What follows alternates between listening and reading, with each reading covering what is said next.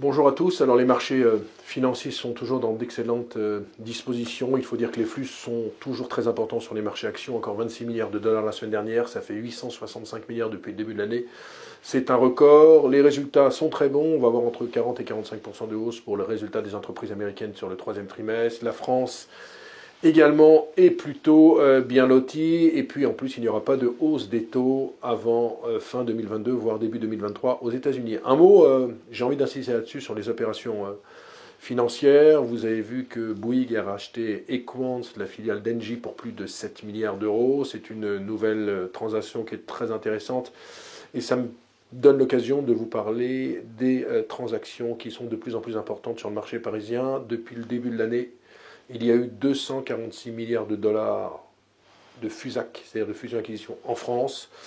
On pourrait même battre le record datant de 2006 où il y avait eu 319 milliards de dollars.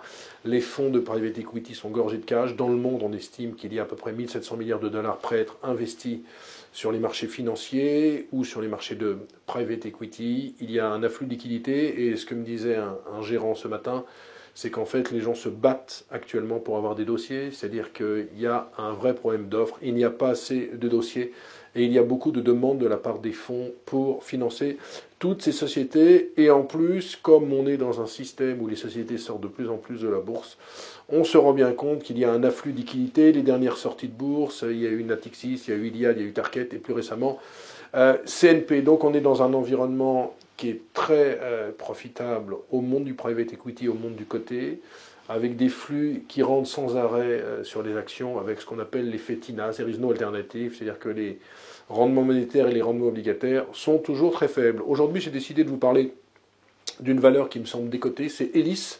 Alors Elis, c'est la location de draps, de nappes, c'est du B2B, c'est dans le milieu professionnel. La société a fait deux relèvements de prévisions cette année, l'un en juillet, l'un il y a quelques semaines. L'objectif, c'est d'avoir plus de 6% de croissance cette année en organique avec une rentabilité d'exploitation de 34,5%. Il faut comprendre que Elis, même s'il y a une inflation des coûts des matières premières, a vraiment un pricing power, c'est-à-dire qu'elle a la capacité d'augmenter ses prix sans que sa demande ne diminue. Pourquoi ? Parce qu'ils ont par exemple 50% des parts de marché en France. Alors le titre n'est pas très cher, ça vaut autour de 14 fois les bénéfices. En VE sur ROC, ça vaut autour de 12. Et Elis, ça me paraît être un très bon coup à jouer pour la fin de l'année.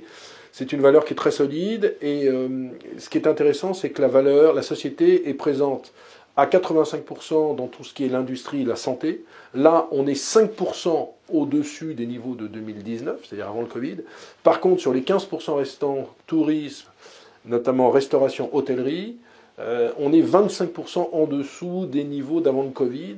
Et donc, vous voyez qu'il y a des gisements de productivité, des effets de levier sur la société. Donc, pour moi, Elis, on en a, pour ceux qui me suivent dans le portefeuille PEA, je pense que c'est encore un bon coup à jouer et que la société pourrait se diriger vers les 22, 23 euros, alors qu'on est en dessous des 17 euros actuellement. Donc c'est un peu pour vous, chers amis auditeurs, téléspectateurs, mon conseil, c'est de regarder de très près ce dossier qui mériterait vraiment une nette revalorisation. Voilà, très bon week-end et très bonne semaine à tous.